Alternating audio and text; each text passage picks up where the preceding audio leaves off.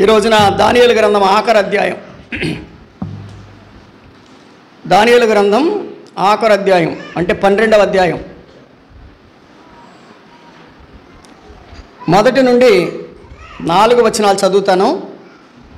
ఆ తర్వాత కొన్ని విషయాలు మీకు తెలియచేస్తాను.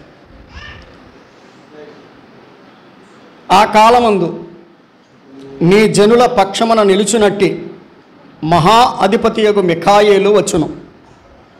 అప్పుడు నీ జనులు రాజ్యముగా కూడిన కాలము మొదలుకొని ఈ కాలము వరకు ఎన్నటికీ కలుగనంత ఆపద కలుగును. అయితే నీ జనులలో గ్రంథమందు దాఖలైన వారెవరో వారు తప్పించుకొందురు. మరియు సమాధులలో నిద్రించు అనేకులు మేలుకొనెదరు. కొందరు నిత్య జీవమును అనుభవించుటకును, కొందరు నిందపాలగుటకును, నిత్యముగా హేయులగుటకును మేలుకొందురు. ఆకాశమండలములో ప్రకాశించెదరు. నీతి మార్గమును అనుసరించి నడుచుకున్నట్లు ఎవరు అనేకులను త్రిప్పుదురో వారు నక్షత్రము వలె నిరంతరము ప్రకాశించెదరు. దానియేలు, నీవు ఈ మాటలు మరుగు చేసి అంత్యకాలము వరకు ఈ గ్రంథమును ముద్రింపుము. చాలామంది నలుదిశలా సంచరించినందున తెలివి అధికమగునని నాతో మాట్లాడు గబ్రియేలు అను అతడు చెప్పారు. ప్రార్థన. ప్రేమ కలిగిన తండ్రి, పరిశుద్ధుడైన మా ప్రియ ప్రభువా, నీకు వందనాలు, స్తోత్రాలు. ఈ సమయంలో నీ లేఖనాల దగ్గరికి వచ్చాం, మీరు మాతో మాట్లాడండి. సత్యమును సత్యముగా అర్థం చేసుకునే కృపను మాకెమ్మని యేసు ప్రభు వారి నామములో స్తుతించి ప్రార్థిస్తున్నాము తండ్రి, ఆమేన్. దానియేలు గ్రంథం 12 అధ్యాయాలు. ఈ అధ్యాయాలన్నీ మనం తన మహాకృప చేత అధ్యాయం వెంబడి అధ్యాయం మనం ధ్యానం చేస్తూ వచ్చాం. మొదటి అధ్యాయంలో బబులోను యొక్క అభివృద్ధి చూసాం. 2వ అధ్యాయంలో నెబుకద్నెజరు యొక్క కళ మనం చూసాం. 3వ అధ్యాయంలో బంగారు శిరస్సు కలిగినటువంటి ఒక రూపాన్ని మనం చూసాం. అదే సమయంలో ఆ బంగారు తలతో కలిగినటువంటి ఆ విగ్రహాన్ని మనం 3వ అధ్యాయంలో చూసాం. 4వ అధ్యాయంలో నెబుకద్నెజరుకి వచ్చినటువంటి 2వ కళ మనం చూసాం. 5వ అధ్యాయంలో గోడ మీద వ్రాత మనం చూసాం. 6వ అధ్యాయంలో దానియేలును సింహాల గుహలో వేయడం మనం చూసాం. 7వ అధ్యాయంలో 4 జీవుల యొక్క దర్శనాన్ని దానియేలు పొందినట్లుగా మనం చూసాం. 8వ అధ్యాయంలో పొట్టేలు మేకపోతు యొక్క దర్శనాన్ని దానియేలు పొందినట్లుగా మనం చూసాం. తర్వాత 9వ అధ్యాయంలో దానియేలు ప్రార్థన 70 వారాల చరిత్ర మనం చూసాం. 10వ అధ్యాయంలో దానియేలుకు భయాక్రాంతుడైనటువంటి ఉన్నప్పుడు దానియేలు యొక్క పరిస్థితిని మనం గమనించాం. ఇక 11వ అధ్యాయంలో ఉత్తర దక్షిణ దేశపు రాజుల యొక్క జీవితాలు, వారి యొక్క పరిస్థితులు, అది అంత్యక్రీస్తు యొక్క పరిస్థితి, పరిపాలన మనం 11వ అధ్యాయంలో చూసాం. ఇక 12వ అధ్యాయానికి వస్తే దీన్ని ఏమంటారంటే ఎండ్ టైం అంటారు. దీన్ని అంత్యకాలం, ఎండ్ టైం. ఈ 12వ అధ్యాయాన్ని మనం ధ్యానం చేసేటప్పుడు ఇక్కడ మనకి మొదటి వచనంలో మిఖాయేలు కనిపిస్తున్నాడు. దానియేలు గ్రంథంలో 2 దూతలు మనకు కనిపిస్తారు. ఒకడు గబ్రియేలు, రెండవడు మిఖాయేలు. 12వ అధ్యాయం మొదటి వచనంలో మిఖాయేలు గురించి వ్రాయబడింది. 12వ అధ్యాయం 4వ వచనంలో గాబ్రియేలు కోసం వ్రాయబడింది.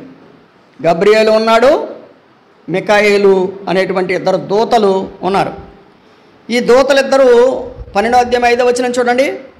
దానియేలును నేను చూచుచుండగా మరి 2 మనుష్యులు ఏటి అవతల ఒడ్డున ఒకడు, యువతలి ఒడ్డున ఒకడు నిలిచి ఉన్నారు. కాబట్టి అవతల ఒడ్డున ఒక దూత ఉన్నాడంట, యువతల ఒడ్డున ఒకడు ఉన్నాడట. అయితే ఏటి మీద ఒక ఆయన ఆడుతున్నాడట. చూడండి 6వ వచనం. ఆ 2 ఒకడు నారబట్టలు వేసుకుని వాడే ఏటి నీళ్లపైన ఆడుచుండు వానిని చూచి ఈ ఆశ్చర్యము ఎప్పుడు సమాప్తమగునని అడుగగా. ఇది సందర్భాన్ని మనం బట్టి ఆలోచించినప్పుడు ఇక్కడ క్రీస్తు ప్రభు యొక్క దర్శనం, నేలపై ఆయన దర్శనాన్ని దానియేలు చూచినట్లుగా చూస్తాం. సరే, ఇది వచనం వెంబడి వచనం మనం ధ్యానం చేయడానికి ఇలా అర్థం చేసుకుందాం. ఏమని అర్థం చేసుకుందాం అంటే, మొదటి 4 వచనాలు ఇశ్రాయేలీల విమోచన. మొదటి 4 వచనాలు ఇశ్రాయేలీల విమోచన. మనం 4 వచనాలు చదువుకున్నాం. తర్వాత 5 నుండి 9 వచనాలు దానియేలుకు కలిగిన దర్శనం. 5 నుండి 9 వచనాలు దానియేలుకు కలిగిన దర్శనం. తర్వాత 10 నుండి 13 వచనాలు కడపట జరగబోయే సంగతులు, అంత్యకాలమున జరగబోయే సంగతులు. ఇలా 3 భాగాలుగా మనము ఈ అధ్యాయాన్ని మనం చూడవచ్చు. సరే, 12వ అధ్యాయం మొదటి వచనం మనం గమనించినట్లయితే ఆ కాలమందు అన్నాడు. ఇది ఏ కాలం గురించి మాట్లాడుతున్నాడు అంటే 10వ అధ్యాయం యొక్క కంటిన్యూషన్ చెప్తున్నాడు ఇక్కడ. చూడండి, 10వ అధ్యాయం 13వ వచనం. 10వ అధ్యాయం 13వ వచనం. పారసీకుల రాజ్యాధిపతి 21 దినములు నన్ను ఎదిరించెను. ఇంకా పారసీకుల రాజుల సముఖమున నేను నిలిచుండగా ప్రధానాధిపతులలో మిఖాయేలు ఒకడు నాకు సహాయము చేయ వచ్చాను. ఆ కంటిన్యూషన్ ఇక్కడ చెప్పాడు. చూడండి, ఆ కాలమందు నీ జనుల పక్షమున నిలుచున్నట్టి మహాధిపతియగు మిఖాయేలు వచ్చెను. 10వ అధ్యాయంలో అడ్డగింపబడిన దూత, సహాయము చేయవచ్చిన దూత. అడ్డగింపబడిన దూత గబ్రియేలు, సహాయము చేయవచ్చిన దూత మిఖాయేలు. మిఖాయేలు గురించి ఎక్కడ మీరు ఆలోచించినా మిఖాయేలు ధైర్యానికి, మిఖాయేలు యుద్ధానికి, మిఖాయేలు జయానికి గుర్తు. మిఖాయేలు వాదిస్తాడు, మిఖాయేలు యుద్ధం చేస్తాడు. గబ్రియేలు వర్తమానం తీసుకొస్తాడు, బలపరుస్తాడు. ఈ ఇద్దరు మనకిక్కడ 12వ అధ్యాయంలో ఆ 10వ అధ్యాయం యొక్క కంటిన్యూషన్, దాని యొక్క కొనసాగింపు ఇక్కడ మనం చూస్తున్నాం. ఇక్కడ మిఖాయేలు గురించి వ్రాయబడిన మాట ఏంటంటే, మిఖాయేలు యోధాపత్రికలో కూడా మిఖాయేలు కోసం వ్రాయబడింది. చూడండి, యోధాపత్రిక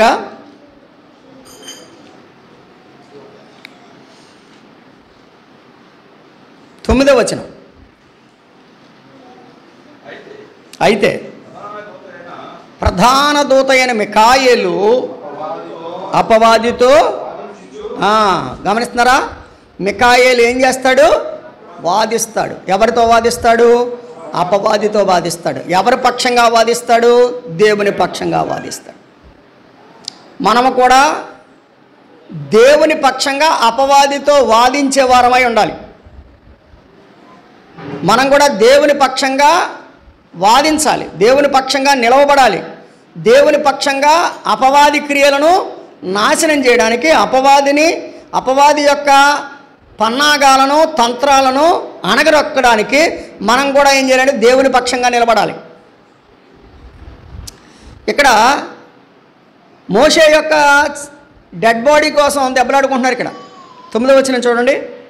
అయితే ప్రధాన దూత అయిన మిఖాయేలు అపవాదితో వాదించుచు మోషే యొక్క శరీరమును గురించి తర్కించినప్పుడు దూషించి తీర్పు తీర్చ తెగింపక ప్రభువు నిన్ను గద్దించునుగాక అన్నాడు. ఇప్పుడు వినండి, యుద్ధం అయితే ఎవరు చేస్తున్నారు? వాదించడం మిఖాయేలు చేస్తున్నాడు. కానీ తీర్పు ఎవరికి అప్పగించాడు? ప్రభువుకి అప్పగించాడు. గమనించాలి, పని మనం చేయాలి, తీర్పు ఎవరికి అప్పగించాలి? దేవునికి, ప్రభువుకి అప్పగించాలి. గుర్తుపెట్టుకోండి, పని చేయడం వరకే మన పని. రిజల్ట్ ఎవరి చేతిలో ఉంటుంది? ప్రభువు చేతిలో ఉంటుంది. కాబట్టి మనమే రిజల్ట్ ఇచ్చేయకూడదు, పని మాత్రమే మనం చేయాలి, వాదించాలి, లేకపోతే ప్రభు కొరకు నిలబడాలి. అప్పుడు ప్రభువు నిన్ను గద్దించునుగాక అన్నాడు. కానీ నేను నిన్ను గద్దిస్తున్నాను అనకూడదు. ఈ మధ్య కొంతమంది ఏమన్నారు తెలుసా? నేను గద్దిస్తున్నాను, వెళ్ళిపో అంటాడు. నువ్వు గద్దించడం ఏంటి? నేను నిన్ను గద్దిస్తున్నాను, వెళ్ళిపో అంటే, ఒరే నువ్వు ఎవడవో నాకు తెలుసు, నీ బతుకేంటో నాకు తెలిసి అంటది. బైబిల్లో ఏమనుందో అటువంటి వాడిని, గారడీ వాళ్ళని పట్టుకునేవారు, నీ బతుకేంటో నాకు తెలుసు, నువ్వేమన్నా గద్దింతావు, నన్ను గద్దింతావా అని చెప్పేసి అంటది. కాబట్టి గద్దించడం, జయించడం, తీర్పు తీర్చడం ఎవరి చేతిలో ఉంది? కాబట్టి మనం ఏం చేయాలంటే మనకు మనం తీర్పులు తీర్చేయకూడదు, మనకు మనమే ఏదో డిసైడ్ అయిపోకూడదు. పని చేసి ప్రభువుకి అప్పగించాలి. జీతాన్ని, జయాన్ని ఎవరిస్తారు? ప్రభు వేస్తాడు. కాబట్టి ఇక్కడ సాతానుతో వాదించాడు, ప్రభువు నిన్ను గద్దించును గాక అన్నాడు. అంటే సాతాను యొక్క క్రియలను లయపరచగలిగిన వాడు ఎవరు? ప్రభువే. సిలువలో సాతాను యొక్క కార్యాన్ని, సాతాను యొక్క క్రియలన్నిటినీ ప్రభు ఏం చేశాడు? లయపరిచాడు. కాబట్టి ప్రభువుకి మికాయేలు అవకాశం ఇచ్చాడు. ఇక్కడ మనం గమనిస్తాం. రండి 12వ అధ్యాయం దానియేలు గ్రంథం 1వ వచనం. ఆ కాలమందు నీ జనుల పక్షమున నిలిచినట్టు మహాధిపతి యొక్క మికాయేలు వచ్చును. అప్పుడు నీ జనులు రాజ్యముగా కూడిన కాలము మొదలుకొని ఈ కాలము వరకు ఎన్నటికి కలగనంత ఆపద కలుగును. గమనించాలండి, ఇక్కడ ఒక అద్భుతమైనటువంటి సంగతి చెప్తున్నాడు. నీ జనులు అంటే ఇశ్రాయేలీలు, ఇది దానియేలుకు చెప్తున్నమాట. నీ జనులు అంటే ఇశ్రాయేలీలు. ఇశ్రాయేలీలు రాజ్యముగా కూడిన కాలము మొదలుకొని, అంటే ఇశ్రాయేలు రాజ్యము ప్రారంభమైంది మొదలుకొని ఇంతవరకు అటువంటి ఆపద ఇశ్రాయేలీలకు రాలేదు అన్నాడు. దానియేలుకేమో అర్థం కావట్లా. ఏంటైనా ఇశ్రాయేలీలు ఇప్పుడు ఆల్రెడీ మేమేమో నెబుకద్నెజర్ ద్వారా బబులోనికి వచ్చాము, మేము చెరలో ఉన్నాము నిజమే, కానీ ఇశ్రాయేలీలకు ఇంత ఆపద రాలేదు అని నువ్వు చెప్తున్నావు. ఏంటైనా దాని అర్థం చెప్పంటే ప్రభు ఏమన్నాడు తెలుసా? ప్రభు ఏమన్నాడు తెలుసా అండి? 8వ వచనం 12:8. నేను వింటిని కానీ గ్రహింపలేకపోతిని, నా ఏలినవాడా వీటికి అంతమేదని అడుగగా అతడు ఈ సంగతులు అంత్యకాలము వరకు మరుగుగా ఉండునట్లు. ఈ సంగతులు ఎప్పుడు జరుగుతాయి? అంత్యకాలంలో జరుగుతాయి. నీకు ఇప్పుడు తెలీదు. నీకు ఇప్పుడు తెలియాలంటే నువ్వు అంత్యకాలంలో లేవు. నువ్వు అంత్యకాలంలో జరగబోయేది ముందుగా నేను నీకు చూపిస్తున్నాను. ప్రభు ఇది ఎప్పుడు జరుగుతాయి అంటే ప్రభు చెప్తున్నాడు, అంత్యకాలము వరకు మరుగుగా ఉండునట్లు ముద్రించబడినవి. దానియేలు నీవు ఊరకో, నువ్వు ఏం చేయమన్నాడు? నువ్వు ఊరుకో నాయనా, నాకు చూపించేయి, నాకు చెప్పే అంటే ఒరేయ్ నువ్వు కంగారు పడకో, అది ఎప్పుడో జరగబోయేది నీకు చూపిస్తున్నాను అంతే.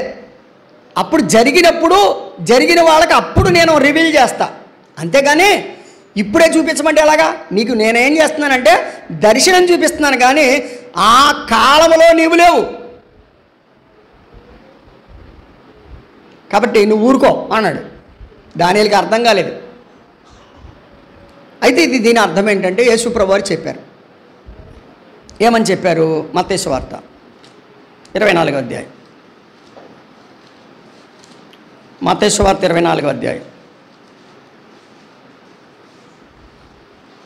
21వ వచనం లేక 15వ వచనం. 15వ వచనం చూడండి.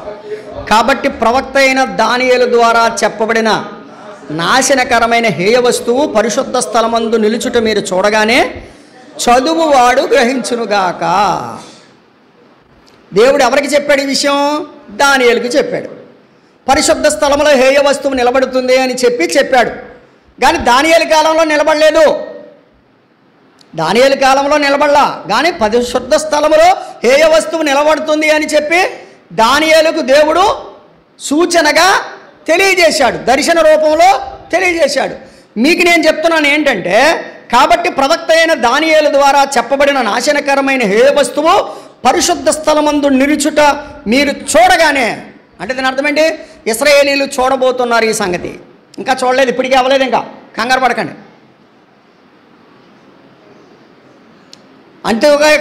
అంతియోకస్ ఎపిఫెనస్ అనేవాడు ఆల్రెడీ పందిని వధించాడు, అవన్నీ చేశాడు, అది ఓకే.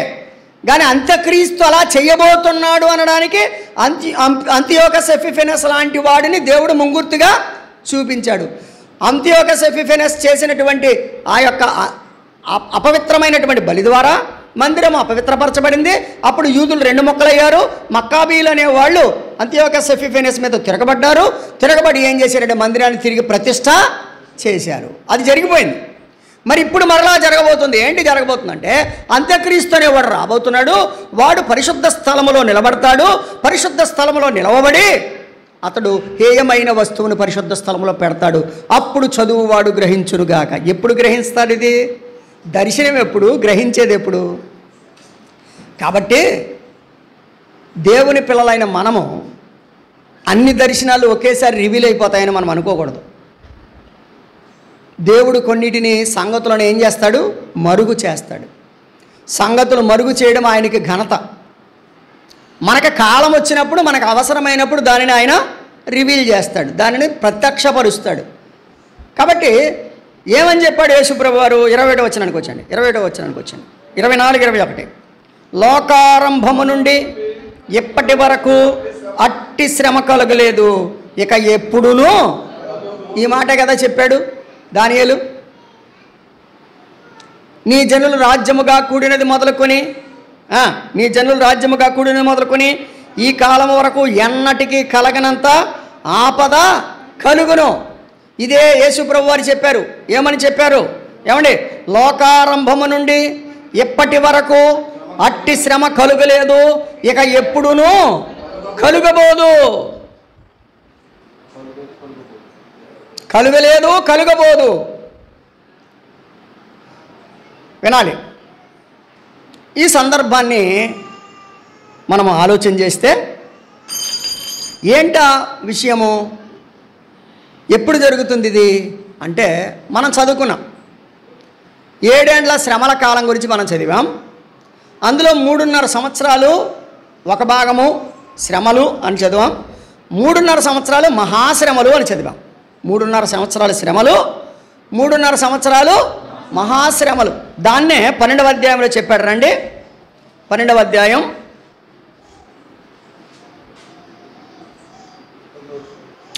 12వ అధ్యాయం వచనము 11వ వచనం. అనుదిన బలి నిలుపు చేయబడిన కాలము మొదలుకొని నాశనము కలుగు చేయు హేయమైన దానిని నిలవబెట్టు వరకు 1290 దినములు అగును. 1290 దినములు అగును. అయితే ఇక్కడ మనం గమనించినట్లయితే ఇక్కడ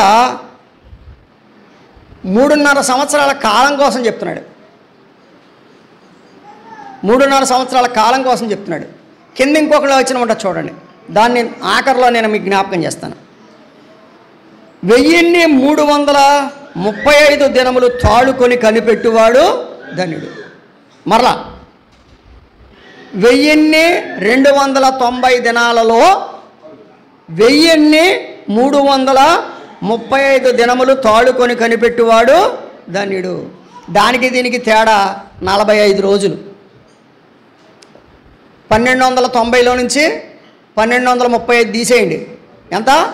45 రోజులు. 45 రోజులు దేవుడు ఇక్కడ అవకాశాన్ని ఇచ్చాడు. అది మనం చెప్పుకోబోతున్నాం. మనం ముందుకెళ్దాం. రైట్, జాగ్రత్తగా వినండి. ఇప్పుడు ఇక్కడ ఈ ఆపద వస్తుంది ఇశ్రాయేలీలకు, మహాశ్రమలు కలగబోతాయి ఇశ్రాయేలీలకు. అంత్యక్రీస్తు వస్తాడు, ఇశ్రాయేలీలతో స్నేహం చేస్తాడు.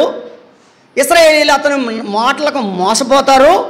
మోసపోయి తాను వెంట ఇశ్రాయేలు జనాంగం, యోధా జనాంగం అంతా అంత్యక్రీస్తుని వెంబడిస్తారు. వెంబడించగా అంత్యక్రీస్తు ఏం చేస్తాడంటే మందిరములో హేయమైన వస్తువును నిలబెడతాడు. వెంటనే వాళ్ళకి అర్థమవుద్ది, ఓహో మనం ఎప్పటి వరకు అనుసరించింది ఎవరిని? క్రీస్తుని కాదు. ఎవరిని అనుసరించాం? అంత్యక్రీస్తుని అనుసరించామని అర్థమవుద్ది. అప్పుడేమవుతారంటే ఇశ్రాయేలీలు కొంతమంది అతన్ని అనుసరించడానికి ఇష్టపడరు. అప్పుడు ఎవరైతే తనను అనుసరించారో వాళ్ళందరిని ఏం చేస్తాడంటే అంత్యక్రీస్తు చంపడం మొదలు పెడతాడు. దాని గురించి ఆయన చెప్తున్నాడు. ఏమన్నా తెలుసా? ఎవరైతే అంత్యక్రీస్తును అనుసరించకుండా దేవుని కొరకు నమ్మకంగా నిలబడతారో ఆ నిలబడేటువంటి వారందరినీ చిత్రహింసల పాలు చేస్తాడు. ఎవరో? అంత్యక్రీస్తు. అందుకనే చెప్పాడు, నీ జనులు రాజ్యముగా కూడినది మొదలుకొని, నీ జనులు రాజ్యముగా కూడిన కాలము మొదలుకొని ఈ కాలము వరకు ఎన్నటికీ కలగనంత ఆపద కలుగును. అనగా ఇశ్రాయేలీయులకి అంత ఆపద ఎప్పుడూ కలగలేదు. ఇది ఎన్ని సంవత్సరాలు జరుగుతాయో తెలుసా? 3.5 సంవత్సరాలు జరుగుద్ది. సంవత్సరం కాదు, 2 సంవత్సరాలు కాదు, 3.5 సంవత్సరాల కాలం దేవుని కొరకు నమ్మకంగా నిలవబడిన యూదా జనం, దేవుని కొరకు నమ్మకంగా నిలవబడిన ఇశ్రాయేలు జనాంగం, ఇశ్రాయేలు జనాంగంలో 12 గోత్రాల వారు దినదినము చిత్రహింసలు చేయబడతారు. అప్పుడు వాళ్ళు ఏం చేస్తారంటే, నాథా ఎప్పుడు వస్తావయ్యా, నీకోసమే మేము ఇలాగా నూనెలో వేపబడుతున్నాం, లేకపోతే రంపాలతో కోయబడుతున్నాం, లేకపోతే సింహాలకి ఎరగా వేయబడుతున్నాం, గర్భాలు చీల్చబడుతున్నాయి, ఈ పరిస్థితి ఎప్పుడు వరకు నాయనా అని ఇశ్రాయేలీలందరూ మొర్రపెట్టినప్పుడు యేసుక్రీస్తు ప్రభువారు తిరిగి ఎక్కడికి వస్తాడంట? యుద్ధం చేయడానికి వస్తాడంట. ఎక్కడికి? ఇశ్రాయేలీల పక్షముగా యుద్ధం చేయడానికి వస్తాడు. దాని గురించి ఏమని రాయబడిందో తెలుసండి? రండి, యెషయా గ్రంథం 2వ అధ్యాయం. యెషయా గ్రంథం 2వ అధ్యాయం 19వ వచనం చదువుదాం, చూడండి.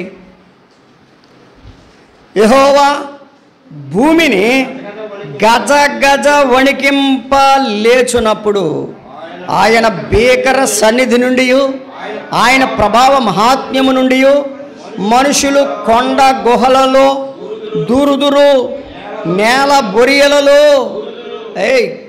ఎరా ఎవరు లేరనుకుంటున్నారా? ఇశ్రాయేలీల పక్షంగా ఎవరు లేరనుకుంటున్నారా అని ఆయన భూమిని ఏం చేయబోతున్నాడంట? గజగజలాడించబోతున్నాడట. మనము నమ్ముకున్న దేవుడు భూమిని గజగజలాడించేవాడు.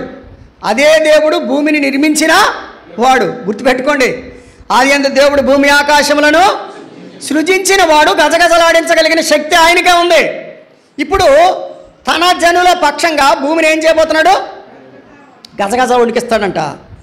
ఇప్పుడు ఎవరైతే తన ప్రజల్ని బాధ పెడుతున్నారో వీళ్ళందరూ ఏం చేస్తారంట తెలుసండి? కొండ గుహల్లోకి కొంతమంది దూరేస్తారంట, నేల బొరియల్లోకి, పాములు చేసుకున్న కన్నాల్లోకి, పాములు సీమలో చేసుకున్న కన్నాల్లోకి దూరేస్తారంట. అవుద్దా? అంత ప్రయత్నం చేస్తారని, దాకోవడానికి, భూమిలోకి దూరిపోయి దాకోవాలని, కొండల్లోకి దూరిపోయి దాకోవాలని ప్రయత్నం చేస్తారు.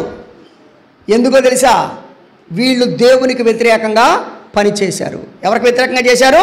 దేవునికి వ్యతిరేకంగా చేశారు. అంటే దాని అర్థం ఏంటి? దేవుని ప్రజలకు వ్యతిరేకంగా చేశారు కనుక ఎవరికి వ్యతిరేకంగా చేసినట్లు? దేవునికి వ్యతిరేకంగా చేసినట్లే. ఈ రోజున మీరు గమనించండి, మనం ఏం కంగారు పడాల్సిన అవసరం లేదు.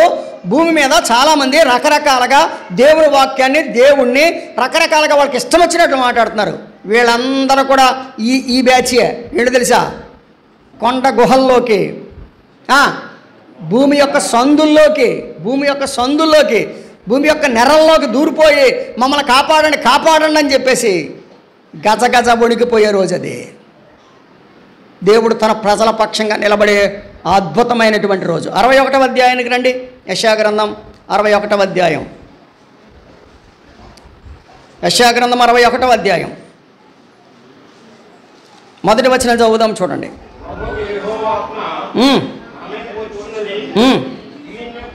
దీవెనలకు సువర్తమానము ప్రకటించుటకును యెహోవా నన్ను అభిషేకించెను. నలిగిన హృదయము గల వారిని, ఎవరిళ్ళు? ఇశ్రాయేలీలు. ఇశ్రాయేలీలు ఏం చేశారు? నలిగిపోయారు. వారిని దృఢపరచుటకును, చెరలో ఉన్న వారికి విడుదలయు, బంధింపబడిన వారికి విముక్తియు ప్రకటించుటకును, యెహోవా హితవత్సరమును మన దేవుని ప్రతిదండన దినమును ప్రకటించుటకును, దుఃఖాక్రాంతులందరినీ ఓదార్చుటకును, సియోనులో దుఃఖించు వారికి ఉల్లాస వస్త్రము ధరింపచేయుటకును, బూడిదకు ప్రతిగా పూదండను, దుఃఖమునకు ప్రతిగా ఆనంద తైలమును, భారభరితమైన ఆత్మకు ప్రతిగా స్తుతి వస్త్రమును వారికిచ్చుటకును ఆయన పంపించాడు. నేను వచ్చినప్పుడు గజగజలాడిపోయారు. నేను నా ప్రజలకు ఏమి ఇవ్వబోతున్నాను? నేను నా ప్రజలకు విడుదల ఇవ్వబోతున్నాను, నా ప్రజలకు పూదండ ఇవ్వబోతున్నాను, నా ప్రజలకు ఉల్లాస వస్త్రం ఇవ్వబోతున్నాను, నా ప్రజలను ఓదార్చబోతున్నాను, నా ప్రజలను ఆనంద తైలముతో, నా ప్రజలను స్తుతి వస్త్రముతో నేను నింపబోతున్నాను. ఇక్కడ ఒక మాట చెప్పాలని నేను ఆశపడుతున్నాను. ఇశ్రాయేలీయులకు శ్రమ రాకుండా ఆగలేదు, కానీ శ్రమ వచ్చింది. శ్రమను దుఃఖమును తొలగించే ప్రభువు కూడా వచ్చాడు. కాబట్టి మనకు శ్రమలు వస్తాయి. శ్రమల వెనక మన ప్రభు యొక్క ఆదరణ మనకి ఉంటుంది. గుర్తుపెట్టుకోండి, మనకి శ్రమ వచ్చిందని భయపడిపోకండి, బాధపడకండి. ఇశ్రాయేలీయులు మొర్ర పెట్టినప్పుడు కదండి, కీర్తనకారుడు చెప్పాడు కదా, శ్రమలలో నేను అతనికి తోడై ఉండేదాను కదా, నేను అతన్ని గొప్ప చేస్తాను, అతన్ని దీవిస్తాను, గొప్ప చేస్తాను, విడిపించి గొప్ప చేస్తాను. కాబట్టి శ్రమలు వస్తాయి. దేవుని పిల్లలకి ఏమొస్తాయంటే శ్రమలు వస్తాయి. మలుగుపాములకి రావు. మలుగుపాములకి రావు. మలుగుపాములు అంటే తెలుసు కదా, పాముల్లోకి వెళ్ళేమో తలకాయ, చేపల్లోకి ఏమో తోక చూపించే రకానికి ఎప్పుడు బాధ రాదు. చేపలు పట్టుకునేవాడు ఏమనుకుంటాడు, ఇది పాము మనకెందుకని వదిలేస్తాడు, కానీ చేపలాగుండి పట్టేసుకుంటాడుగా. కాబట్టి చేపలు పట్టుకునేటప్పుడు పాములోకి వెళ్ళిపోతాడు వీడు, పాములు పట్టుకునేటప్పుడు చేపలోకి వచ్చేస్తాడు వీడు. నిజంగా గుర్తుపెట్టుకోండి, నిజంగా బైబిల్ చెప్తుంది, క్రీస్తు యేసునందు సద్భక్తితో బ్రతుకును ఉద్దేశించి వారందరూ హింస పొందుదురు. దేవుని పిల్లలు నిజంగా నమ్మకంగా నిలబడే వాడికి శ్రమలు వస్తాయి, కానీ శ్రమ పడుతున్న తన పిల్లలను విడుదల చేయడానికి ప్రభువే వస్తాడు కదా. అగ్నిగుండంలోకి రాలేదా? వచ్చాడు. ఏమండి, ఐగుప్తు దేశంలోనికి రాలేదా? వచ్చాడు. ఎక్కడ ఉంటే అక్కడికి వచ్చాడు. ఆయన వచ్చి ఏం చేశాడు? మన శ్రమలలో మనల్ని విడిపించాడు. దేవుని వాక్యంలో మరొక మాట మనం ఇర్మియా గ్రంథంలో చదువుదాం రండి. 30వ అధ్యాయం, ఇర్మియా గ్రంథం 30వ అధ్యాయం 7వ వచనం. అయ్యో ఎంత భయంకర దినము, అట్టి దినము మరొకటి రాదు, అది యాకోబు సంతతి వారికి ఆపద తెచ్చు. ఆపద వచ్చిందా? రాలేదా? వచ్చింది. తర్వాత లైన్ చూడండి. అయినను వారు దానిలో పడకుండా రక్షించబడుదురు. ఆపద వచ్చింది, కానీ దానిలో పడకుండా ప్రభు ఏం చేస్తాడు? రక్షిస్తాడు. నీ జనులు రాజ్యముగా కూడినది మొదలుకొని అట్టి ఆపద రాదు. ప్రభు ఏం చెప్పాడు? రాలేదు అన్నాడు. రాలేదు, ఇక రాదు, ఇక ఎన్నటికి రాదు అన్నాడు. ఇశ్రాయేలీయులు యాకోబు సంతతికి ఆపద తెచ్చు దినము. అంత్యక్రీస్తు ఇశ్రాయేలు సంతతిని ఏం చేస్తాడు? ఆపద తీసుకుని వస్తాడు. ఇశ్రాయేలు సంతతికి ఇక్కడ ఏమి రాయబడిందో తెలుసండి? 12వ అధ్యాయంలో మరొక ఉపమానాన్ని చెప్పాడు ఇశ్రాయేలు సంతతి గురించి. రండి, దానియేలు గ్రంథం 12వ అధ్యాయంలో మరొక ఉపమానంతో పోల్చాడు ఇశ్రాయేలు సంతతిని.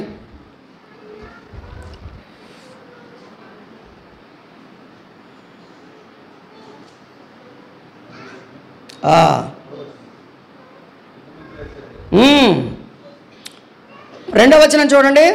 సమాధులలో నిద్రించే అనేకులు మేలుకొనెదరు, కొందరు నిత్య జీవం అనుభవించటకు, కొందరు నేల పాలకుడు నిత్యముగా హేలవుడు, కొందరు బుద్ధిమంతులైతే అన్నాడు.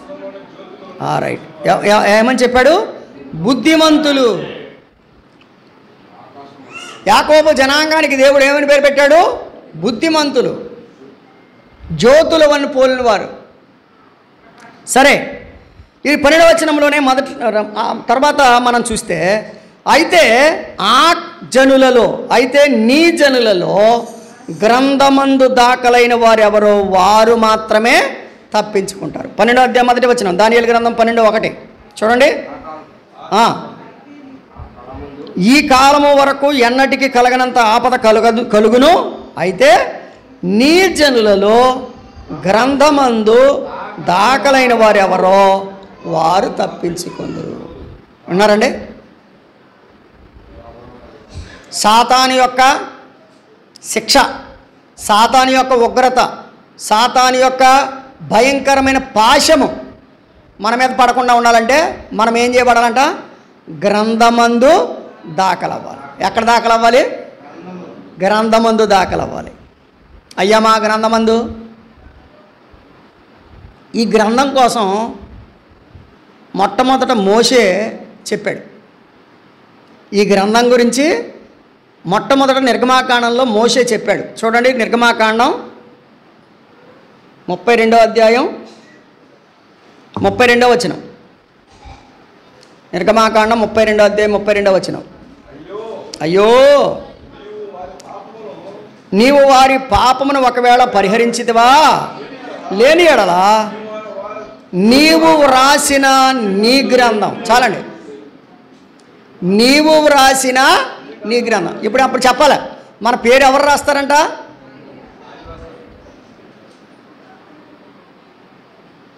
ఇప్పుడు అమ్మా మన పేరు రాశాడు దేవుడు. ఇలా స్థలాలు రాస్తున్నారంటే ఏం చేస్తాం? చెప్పరేంటండి? రాయించుకుంటామా రాయించుకోమా? రాయించుకో. రేషన్ కార్డులు ఇస్తున్నారంటే రాయించుకో. మొన్న ఒక ఆయన అంటున్నాడు, నాకు 2 సంవత్సరాలు తక్కువ వేరే లేదంటే పెన్షన్ వచ్చిందండి అంటున్నాడు. ఎవరన్నా అడిగితే అంటాడు, అబ్బాయి నేను చిన్నపిల్లని అంటాడు. కానీ పెన్షన్ దగ్గరికి వచ్చేటప్పటికి ఏమంటున్నాడు? నాకు తక్కువ వేరండి బాబా అంటే ఎటు పడితే అటు మనమే, మన నాలుగే కదా. జనాల్లో నిలబట్టినప్పుడేమో నేను చిన్నోడిని, పెన్షన్ వచ్చేటప్పుడేమో నేను పెద్దోడిని. ఎలా పడితే అలాగ నరం లేని నాలుగు మాట్లాడకూడదు.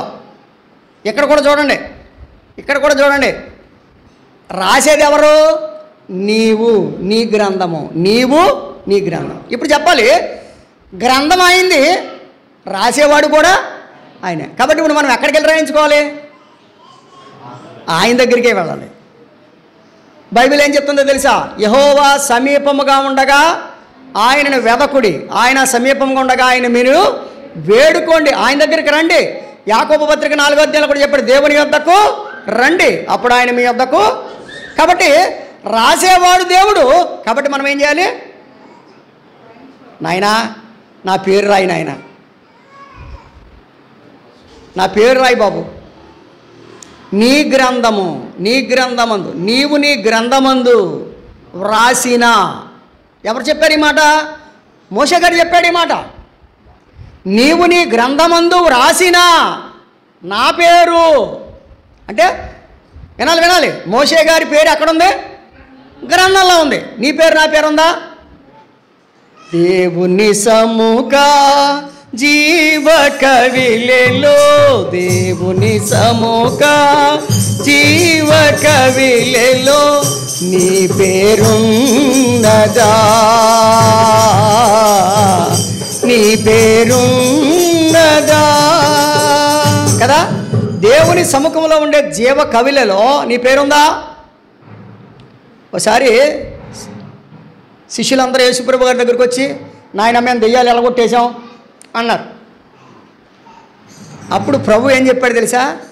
మరి పిచ్చోళ్ళారా, దెయ్యాలు ఎలగొట్టానని ఎందుకు సంకలు కొట్టుకుంటున్నారు? దానికి కాదు మీరు కొట్టుకోవాల్సింది, మీ పేరు జీవగ్రంథంలో రాయబడిందని సంకలు కొట్టుకోండి అన్నాడు. లూకాసు వార్త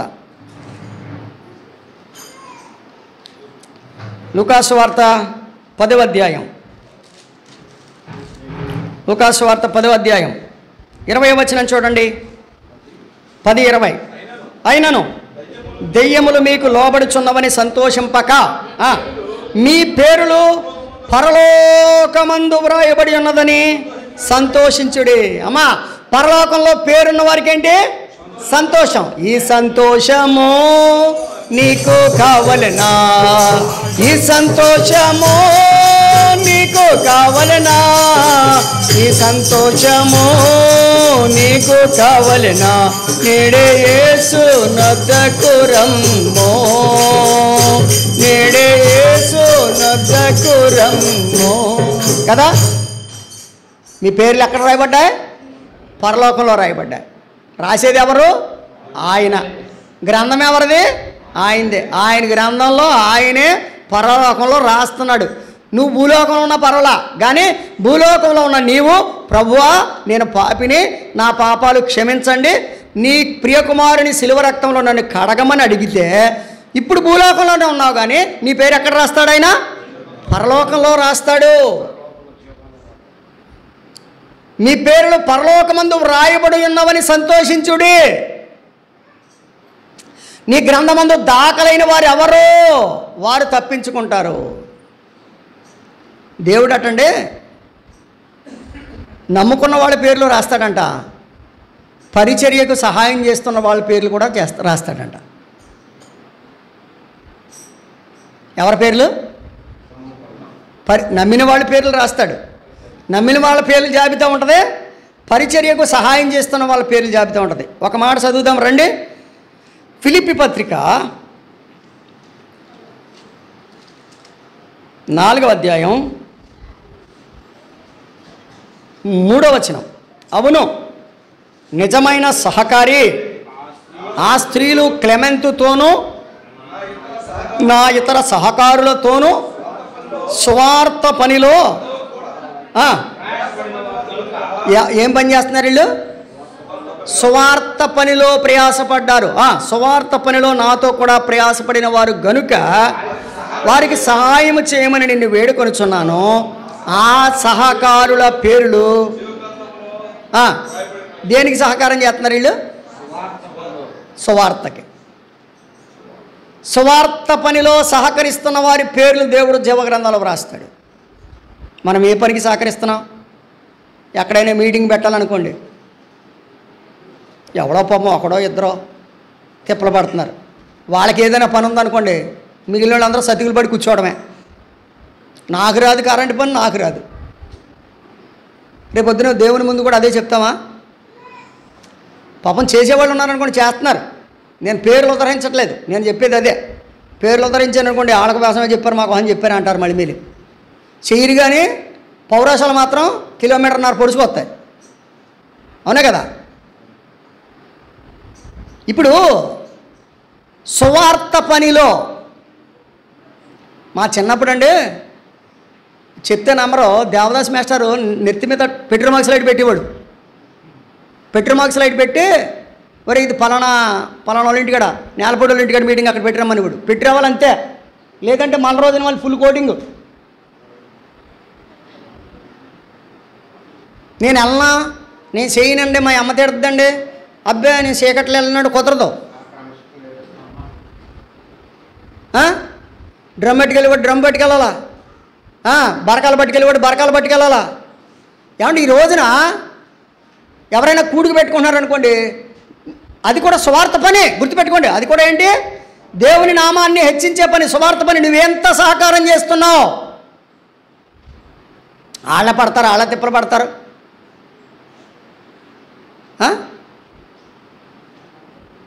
ఎవరైనా స్తుతికూటం పెట్టుకున్నారనుకోండి, వాళ్ళ ఇంటికి మనం వెళ్ళాం, కానీ మన ఇంటికాడ పెట్టుకున్నప్పుడు మాత్రం చెప్పాలి, అందరూ వచ్చేయాలి.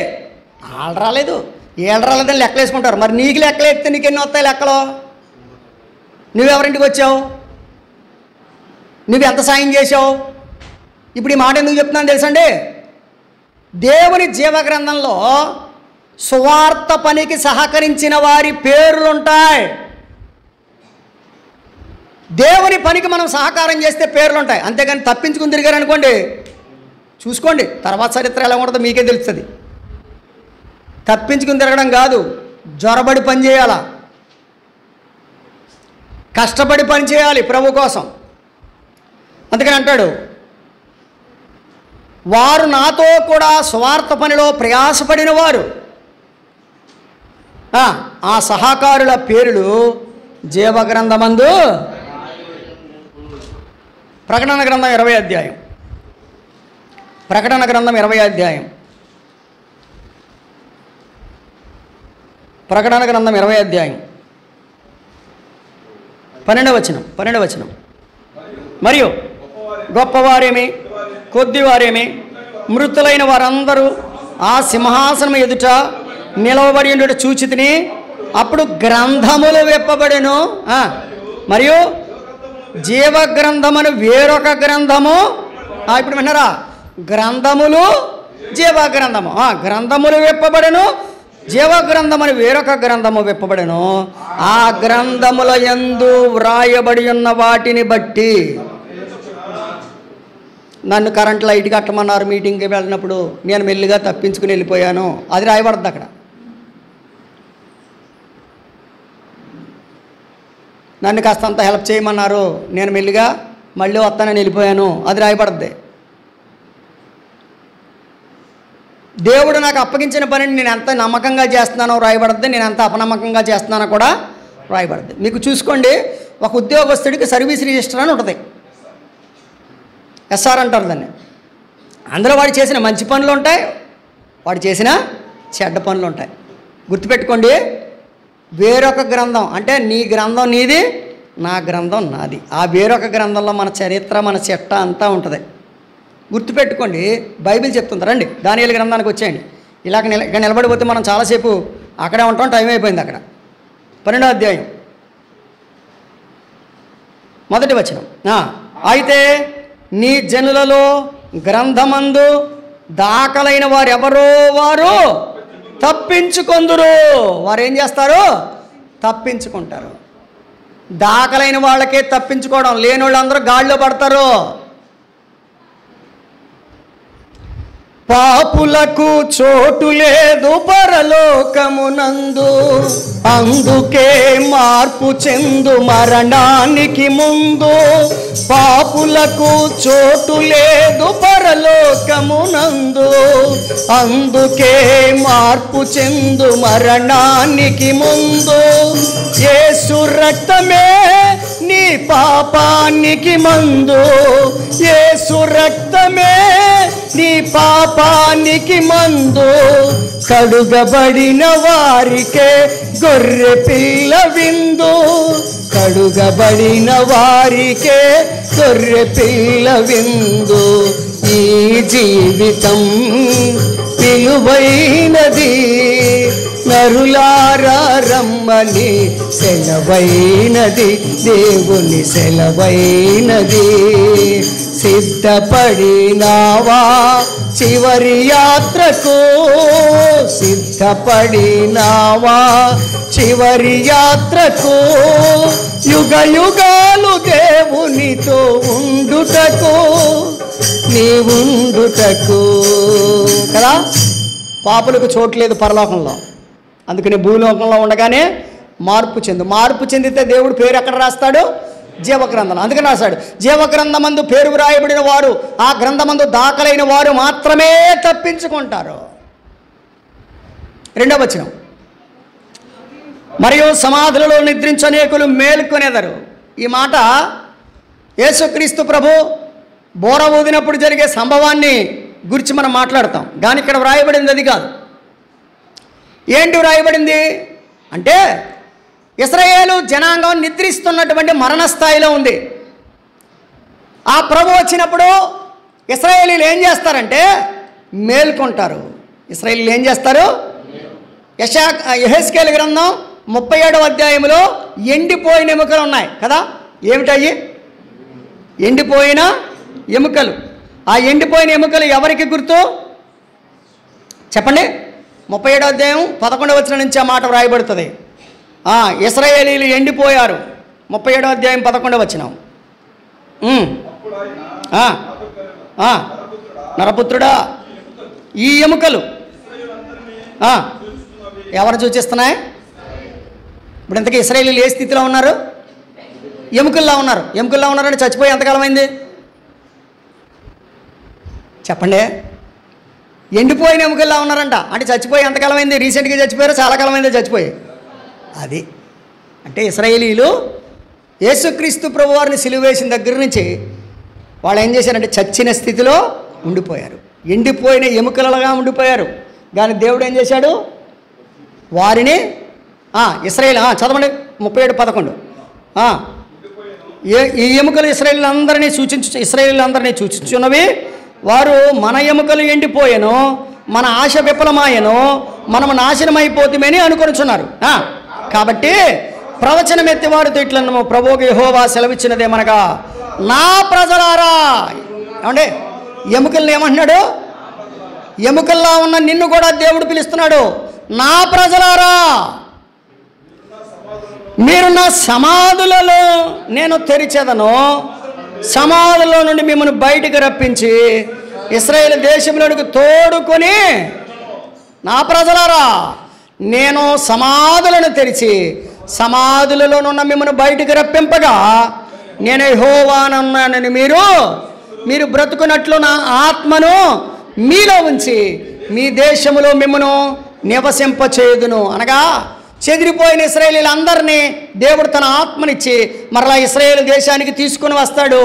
ఇశ్రాయేలు దేశంలో వారందరూ దేవుని ఆత్మ కలిగి జీవిస్తారు. ఇప్పుడు చెప్పండి, దానియేలు గ్రంథం ఏం చెప్తుంది? సమాధులలో నిద్రించుచున్న అనేకులు మేలుకొనేదరు. అనగా శరీరాన్ని బట్టి మనం బ్రతుకుతున్నాం. ఇప్పుడు శరీరం మృతమైంది, కానీ ఆత్మ ఏం చేస్తుంది? జీవింపజేస్తుంది. ఇప్పుడు యేసు ప్రభువారు ఇశ్రాయేలీలకు తన ఆత్మనిచ్చి ఏం చేస్తాడు? జీవింపచేయబోతున్నాడు. కొందరు నిత్య జీవం అనుభవించుటకును, కొందరు నింద పాలగుటకును. ఏం చేయడానికంటే కొందరు నిత్య జీవం అనుభవించడానికి, కొందరు నింద పాలవడానికి, నిత్యముగా హేయులవడానికి మేలుకొంటారు. రండి, ప్రకటన గ్రంథం 20 అధ్యాయం. ప్రకటన గ్రంథం 20 అధ్యాయం 4వ వచనం. అంతటా సింహాసనములను చూచితిని, వాటి మీద ఆసీనుల నుండి వారికి విమర్శ చేయుటకు అంధకారం ఇవ్వబడెను, మరియు క్రూర మృగముకైనను దాని ప్రతిమకైనను నమస్కారము చేయక తమ నొసళ్ళ యందు గాని చేతుల యందు గాని దాని ముద్ర వేయించుకొనని వారిని యేసు విషయమై తామిచ్చిన సాక్ష్యము నిమిత్తమును దేవుని వాక్యము నిమిత్తము శిరచ్ఛేదనము చేయబడిన వారి ఆత్మలను చూచితిని, వారు బ్రతికింపబడిన వారై. ఏమంటే నువ్వు చంపేశావులే, దేవుడు ఏం చేశాడు? బ్రతికించాడు. నువ్వు శిరచ్ఛేదనం చేశావు, దేవుడు బ్రతికించాడు. నువ్వు కాల్చి చంపేశావు, దేవుడు బ్రతికించాడు. ఆయన బ్రతికింపజేసే ఆత్మ ఎండిపోయిన ఎముకలను బ్రతికింపజేసే ఆత్మ. వారిని శిరచ్ఛేదనం చేయబడిన వారిని ఆత్మలను చూచేదిని, వారు బ్రతికింపబడిన వారే. 1000 సంవత్సరములు వీడి చేడొదిలిపోయింది, వీడి పేడొదిలిపోయింది అని చెప్పి గ్రాహం స్టైన్స్ని చంపేశారు. కానీ గ్రాహం స్టైన్స్ 1000 సంవత్సరాలు క్రీస్తుతో పరిపాలన చేయబోతున్నాడు. అనేక మంది తోమాని చంపారు, యేసు ప్రభు యొక్క శిష్యులందరినీ చంపేశారు, అనేక మందిని హతసాక్షులుగా చంపేశారు. వీరందరూ ఏం చేయబోతున్నారు? బ్రతికింపబడబోతున్నారు. వీరందరూ ఏమండి? కొందరు నిత్య జీవమును అనుభవించుటకును. ఏ జీవం అది? చంపిన వాళ్ళందరికీ నింద పాలవ్వడానికి, నిత్యముగా హేయులవ్వడానికి రాబోతున్నారు. చదువుదాం, చూడండి 5వ వచనం. 1000 సంవత్సరములు గడుచు వరకు కడమ మృతులు బ్రతుకలేదు. ఇది మొదటి 1000 సంవత్సరాలు అయ్యేదాకా కడమ మృతులు బ్రతకలేదంట. అంటే ఏంటి? ఈ లాజిక్ అర్థం కావాలి అందరికీ. కడమ మృతులు అంటే యేసు ప్రభుని ఎరగని మృతులు. కడమ మృతులు అంటే ఎవరు? యేసు ప్రభుని ఎరగని మృతులకి ఈ 1000 సంవత్సరాల లోపల వాళ్ళు బతకరు. 1000 సంవత్సరాల తర్వాత వాళ్ళు బ్రతుకుతారు. అందుకనే దేవుడు ఏమన్నాడు? మొదటి పునరుద్ధానమందు పాలు పొందువారు ధన్యులు. మొదటి పునరుద్ధానం ఎవరిది? యేసు ప్రభునందు విశ్వాసం ఉంచి చనిపోయిన వారిది. యేసు ప్రభునందు విశ్వాసం ఉంచి నరకబడిన, హింసించబడిన, మేకులు కొట్టబడిన, సింహాలకు వేయబడిన, అగ్నిలో వేయబడిన, ఏం చేయబడిన యేసునందు విశ్వాసం ఉంచిన ప్రతి వాడు కూడా మొదటి పునరుద్ధానములో లెగుస్తాడు. 1000 సంవత్సరాలు పరిపాలన, అద్భుతమైన పరిపాలన జరుగుతుంది. కడమ మృతులు 1000 సంవత్సరాల వరకు లేవరు అన్నాడు. అనగా నేను అంటాను, అమ్మా నీకు మొదటి పునరుద్ధానమా రెండో పునరుద్ధానమా? నాకు రెండోది కావాలని అంటారు ఎవరైనా? భక్తులది మొదటి పునరుద్ధానం. గుర్తుపెట్టుకున్నాడు. ఒకవేళ యేసు ప్రభు రాకుండా నేను చనిపోయినా, నువ్వు చనిపోయినా మనం ప్రభుతో ఉంటాం. నిరీక్షణ ఉందా? కడమ మృతులు చదువుతున్నారు, రండి 5వ వచనం. 1000 సంవత్సరములు గడిచే వరకు కడమ మృతులు బ్రతుకలేదు. ఇది మొదటి పునరుద్ధానము. ఈ మొదటి పునరుద్ధానములో పాలుగువారు ధన్యులను పరిశుద్ధులనయ్యుందురు. ఇట్టి వారి మీద రెండవ మరణమునకు అధికారం లేదు. వీరు దేవునికిని క్రీస్తుకును యాజకులై క్రీస్తు యొక్క కూడా 1000 సంవత్సరముల రాజ్యము. ఇదండి దానియేలు గ్రంథంలో 2వ వచనం యొక్క అర్థం అది. మొదటి వచనంలో ఏం చెప్పాడు? రాబోతున్నటువంటి భయంకరమైన ఇబ్బంది, ఇశ్రాయేలుకి రాబోతున్న ఇబ్బంది, ఆ ఇబ్బందిలో ప్రభు వారికి విడుదల చేయడానికి ఎలా రాబోతున్నాడో చెప్పాడు. 2వ వచనంలో ఏం చెప్పాడు అంటే సమాధులలో నిద్రించేటువంటి నిద్రాస్థితిలో ఉన్న ఇశ్రాయేలీయులకు దేవుడు తన ఆత్మనిచ్చి మరలా వారిని తన దేశానికి నడిపిస్తాడని చెప్పాడు. ఆత్మ ద్వారా వారిని బ్రతికిస్తాడని చెప్పాడు. అంత మాత్రమే కాదు, యేసుక్రీస్తునందు రక్షించబడిన మనందరం కూడా మనం ఒకవేళ హతసాక్షులైనా లేకపోతే మామూలుగా చనిపోయినా యేసు ప్రభునందు నిండు వృద్ధాప్యంలో చనిపోయినా మనమందరం ఎక్కడ లెగుస్తామని చెప్పాడు? మొదటి పునరుద్ధానంలో లెగుస్తామని చెప్పాడు. అందుకని చెప్తాను, రండి 12వ అధ్యాయానికి రండి. 3వ వచనం, బుద్ధిమంతులైతే ఆకాశ మండలములను జ్యోతులను పోలిన వారై ప్రకాశించెదరు. నీతి మార్గమును అనుసరించి నడుచుకున్నట్లు ఎవరు అనేకులను త్రిప్పుదురో వారు నక్షత్రం వలె నిరంతరము ప్రకాశించెదరు. గమనిస్తున్నారా? బుద్ధిమంతులైతే ఎవరి బుద్ధిమంతులు? ఏమండి బుద్ధిమంతులు అంటే ఎవరు? ఒక మాట చెప్తారా? బుద్ధిమంతులు అంటే నా అంతటి నేను బుద్ధిమంతుడిని కాదు.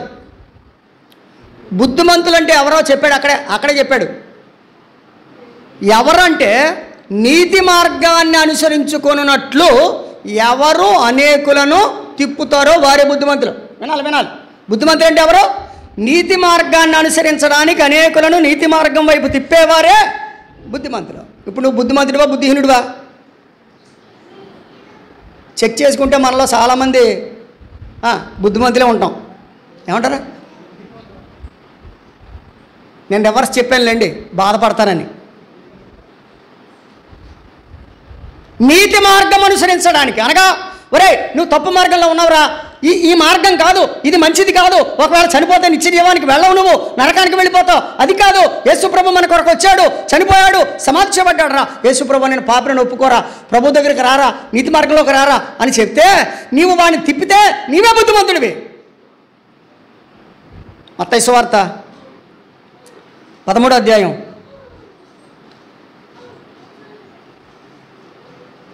43వ వచనం.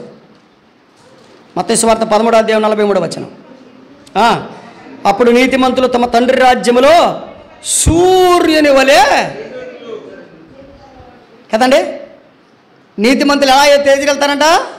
ఇందాకేమో జ్యోతుల వలె అన్నాడు, ఇప్పుడు ఏమన్నాడు? సూర్యుని వలె తేజగలుగుతారు. చెవి గలవాడు వినును గాక. ఇదే 12వ అధ్యాయం 10వ వచనం కూడా చూద్దాం. 12:10 అనేకులు తమ్మును శుద్ధిపరుచుకొని ప్రకాశమానులను నిర్మలులను ఆగుదురు. నువ్వు నీతి మార్గంలోకి నడిపిస్తే అనేకులు మారతారు. మనం ఏం చేయాలి? బుద్ధిమంతులను పోలి అనేకులను ప్రభు మార్గంలోనికి మనము నడిపించాలి. 4వ వచనం చదువుదాం రండి. దానియేలు నీవు ఈ మాటలు మరుగు చేసి అంత్యకాలము వరకు ఈ గ్రంథమును ముద్రించుము. ఇది ఎప్పుడు కావాలంటే అంత్యకాలానికి కావాలి. నీకు ముందే చెప్పేస్తున్నాను నేను, కానీ ఇది కావాల్సింది అంత్యకాలానికి. నువ్వు దాన్ని ముద్ర వేసేయి అని చెప్పి చాలామంది నలు దిశలా సంచరించినందున ఏమవుద్దంట? తెలివి అధిక మగును అని నాతో మాట్లాడు గబ్రియేలు అతడు. చాలామంది ఎక్కడికి వెళ్తున్నారంట? నలు దిశలకి. నాకు తెలిసిన ఒక ఆయన ఉండేవాడు, ఆఫీసరు, మన సంఘానికి సంబంధించిన వాడే, మన రావణపాలెమే, ఇసాక్ గారి తమ్ముడు ఓవేలరాజు గారు. ఉదయం ఆయన అక్కడ హెలికాప్టర్లో వెళ్ళి అక్కడ టిఫిన్ చేస్తాడు, మళ్ళీ మధ్యాహ్నానికి మెయిన్ ల్యాండ్లోకి వచ్చేసి భోజనం చేస్తాడు, మళ్ళీ హెలికాప్టర్ మీద అక్కడికి వెళ్ళేవాడు. అర్థమవుతుందా? ఇవన్నీ ఎందుకు చెప్తున్నానంటే జనులు ఏం చేస్తున్నారు? నలు దిశలా ప్రయాణాలు చేస్తున్నారు. కొత్త కొత్త తెలివితేటలు ఎక్కువైపోతున్నాయి మనకి, కానీ అసలు తెలివేది లేదు. దేవుని గురించిన జ్ఞానం చాలామందికి లేదు. ఇక్కడ ముద్రించమని చెప్పాడు కదా, ఏమని చెప్పాడు? ముద్రించమన్నాడు. కానీ ప్రకటన గ్రంథంలో ఏం చెప్పాడు? 12వ అధ్యాయంలో అవసరమైంది కాబట్టి ఇప్పుడు ఏం చెప్పాడు? 12వ అధ్యాయానికి రండి. ప్రకటన గ్రంథం 12వ అధ్యాయం 20వ వచనం, క్షమించాలి 22:10. 22:10 మరియు అతడు నాతో ఇలాగ సెలవిచ్చెను, ఈ గ్రంథమందున ప్రవచన వాక్యములకు ముద్ర వేయవలదు. కాలము చాలు. కాలం ఏమైంది? కాబట్టి ప్రకటన గ్రంథంలో దేవుడు ముద్రను విప్పాడు. ఇక దానియేలు గ్రంథం 12వ అధ్యాయం 5వ వచనం నుంచి 13వ వచనం వరకు ఉన్న భాగాన్ని దేవుని చిత్తమైతే మరలా వారం ధ్యానం చేద్దాం. దేవుని వాక్యం చెప్తుంది తెలుసండి, ముద్ర వేయవలదు, కాలము సమీపించింది. దేవుని రాజ్యం సమీపంగా ఉంది కనుక యేసుప్రభుని నమ్మండి. జీవగ్రంథంలో పేరుందో లేదో చూసుకోండి. యేసుప్రభునందు విశ్వాసం ఉంచారో లేదో గమనించండి. నిందపాలు అవుతారో నిత్య జీవాన్ని పొందుతారో ఆలోచించండి. ప్రభు రాసేటువంటి గ్రంథంలో నీ పేరుందో లేదో చెక్ చేసుకోండి. నిత్యము నిందపాలు అవుతారో లేకపోతే నిత్యము నిత్య జీవంలో ప్రభుతో నేమని సూర్యుని వలె ప్రకాశిస్తారో నిర్ణయించుకోండి. దేవుడిచ్చిన ఈ అవకాశాన్ని పాడు చేసుకోకండి. ఒకవేళ ఇంకా పాపంలో జీవిస్తే ప్రభు దగ్గరికి రండి. నేను అంటాను, ఇశ్రాయేలీయులకి శ్రమలు రాకపోలేదు, కానీ శ్రమలలో వారిని దేవుడు ఏం చేశాడు? రక్షించాడు. నీకున్న శ్రమలలో ప్రభు నీకు సహాయం చేస్తాడు. ప్రభు మీద ఆధారపడండి. తన ఆత్మనిస్తాడు. ఎండిపోయిన స్థితిలో నుంచి జీవంలోనికి దేవుడు మనల్ని దాటిస్తాడు. ప్రభు మీద ఆధారపడదాం. దేవుడి మాటలు మన కొరకు దీవించునుగాక. ఆమేన్. ప్రేమ కలిగిన తండ్రి వందనాలు. అందరిలో అన్ని విధాలుగా నీ వాక్యాన్ని ఫలింప చేయమని, కృపనిచ్చి నడిపించమని యేసు ప్రభు వారి నామంలో స్తుతించి ప్రార్థించి వేడుచున్నాము తండ్రి. ఆమేన్. అందరికీ వందనాలు.